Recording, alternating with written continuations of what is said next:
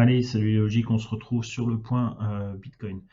Donc ça y est, le 12 octobre est passé. Ensuite, on avait les chiffres du 13 octobre par rapport à notre plan. C'était deux dates qui étaient relativement attendues pour voir ce qui allait se passer pour affiner notre plan. Donc, si on regarde, on avait les chiffres que Tintin qui avait expliqué un petit peu sur le Discord. Donc ces chiffres qui sortaient le 13 octobre amenaient quand même une certaine volatilité. Je dis enfin parce que eh bien, si on regarde les volatilités du 12 octobre et la volatilité du 11 octobre, c'était vraiment anémique. Donc là, on a eu un vrai mouvement. Alors forcément, il y a eu une récupération avec la mèche basse ici de toutes les liquidités des potentiels acheteurs qui étaient déjà positionnés. Et donc on est venu d'abord chercher ces extrêmes bas. Alors suivant certains exchanges, ce point bas a cassé ce niveau. Donc là, nous, on est sur le niveau spot, parce que depuis le début, on a analysé ce graphique BTC USDT sur Binance en spot. Donc, on fait avec ce qu'on voit sous nos yeux. Donc actuellement, on a une bougie qui vient clôturer il est 2h05 du matin. Donc on a bien la clôture de cette bougie ici qui s'est faite avec l'avalement de ces deux petites bougies qui étaient ici, avec une belle mèche qui a été rachetée complètement. Donc ça, c'est plutôt positif par rapport au plan qu'on avait potentiellement émis. Donc je rappelle, il y avait deux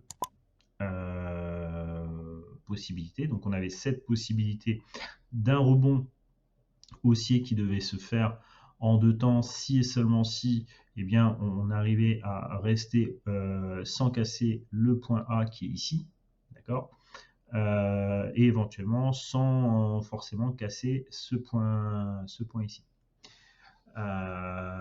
Donc aujourd'hui, ce plan est toujours valide. Donc à partir du moment où il est valide, eh bien, à quoi il faudra faire attention si effectivement la dynamique haussière continue, eh bien, les premières étapes par rapport à ce plan, la prise de liquidité sur la zone des 20 476 sera une zone importante à observer. On voit que par rapport à Ishimoku, le nuage fait encore résistance et il est encore relativement épais, ce qui veut dire qu'il y a encore la possibilité d'une offre excédentaire qu'il faut encore absorber.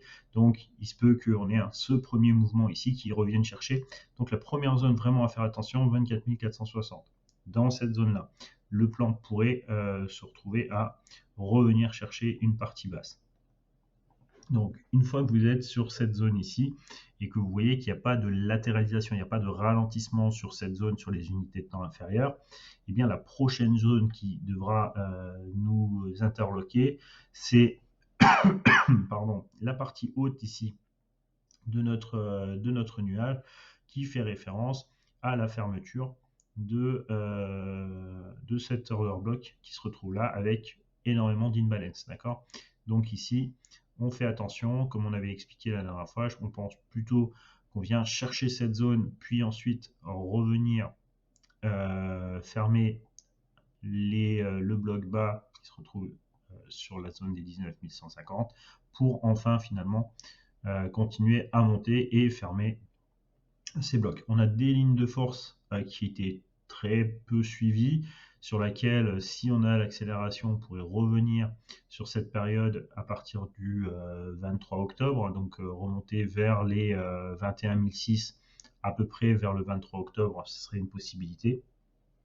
C'est en tout cas une zone qui est attendue pour aller atteindre en finalité le plan autour du 18 novembre pour aller atteindre les 24 681 ou 25 655 qui reviendrait à rester à l'intérieur du range, et donc ce serait ce scénario qu'on privilégierait hop ici avec cette remontée ou en direct ou par une sous-structure en fluctuation de type N.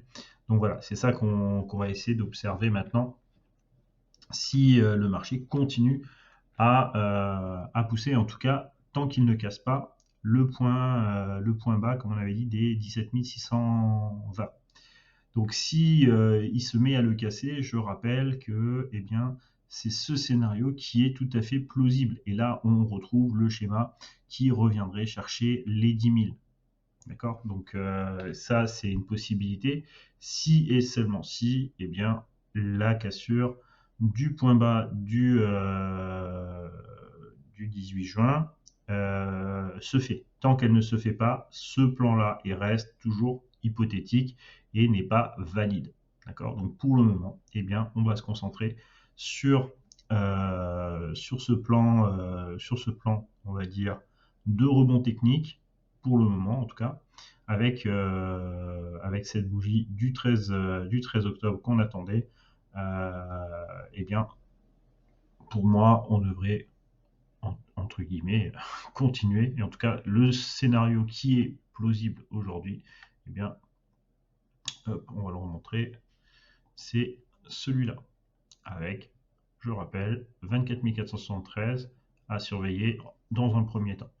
Et ensuite, dans un second temps, les 21 694. Voilà, je vous dis à la prochaine vidéo. Salut, salut!